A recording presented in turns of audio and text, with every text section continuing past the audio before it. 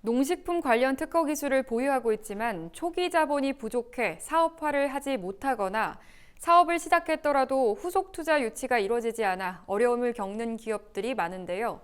농림축산식품부가 이런 기업들을 위해 모태펀드를 중심으로 창업과 투자 정책 간 연계 지원을 확대한다고 밝혔습니다.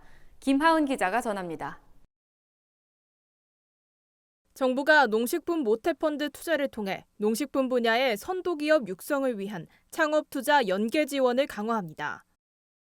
농림축산식품부는 민관합동 농식품 모태펀드 전문가협의체 논의 등을 거쳐 농식품 선도기업 육성을 위한 창업투자 연계 지원 강화 방안을 마련했다고 최근 밝혔습니다. 창업투자 생태계를 보완해 정책 간 사각지대를 최소화하고 그린바이오, 스마트팜 등 농식품 선도 분야를 집중 육성해 비대면 활동 증가 등 급변하는 산업 환경에 적극 대응하겠다는 겁니다. 코로나19 이후에 탄소 중립, 그린 그런 부분의 중요성도 막 떠오르고 있고 농식품 분야 기업들이 그린바이오라든지 스마트팜이라든지 이런 신산업을 키우려고 노력을 하고 있었잖아요. 이런 변화한 환경 내에서 이 기회를 잡자라는 생각으로 농식품부는 이를 위해 스타트업 발굴 육성, 투자 대상 기업의 도약 성장 지원, 선도 분야 육성 관련 3대 전략을 수립해 추진할 계획입니다. 정부는 먼저 우수 기술을 보유한 스타트업에 대한 투자와 융자 지원을 확대하기로 했습니다.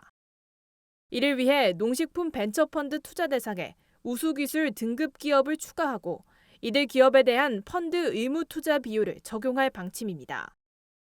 또 창업 초기 자금 조달의 어려움을 해결하기 위해 올해 안에 60억 원 규모의 보육형 펀드도 신규 조성합니다. 농식품 기업의 지속 성장을 뒷받침하기 위한 농식품 펀드 회수 지원 등을 통해 민간 투자도 촉진하기로 했습니다.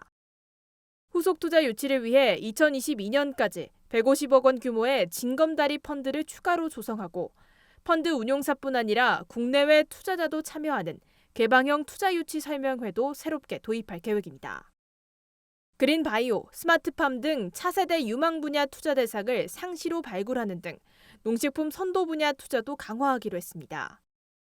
현재 18% 수준인 그린바이오, 스마트팜, 탄소 중립 등 선도 분야 펀드 조성 비율을 2022년부터 최소 30%로 상향하고 창업 초기 기업 중 그린바이오 등 혁신 창업 기업을 대상으로 연구개발 등에 필요한 자금을 후속 투자하는 펀드도 추가로 조성합니다.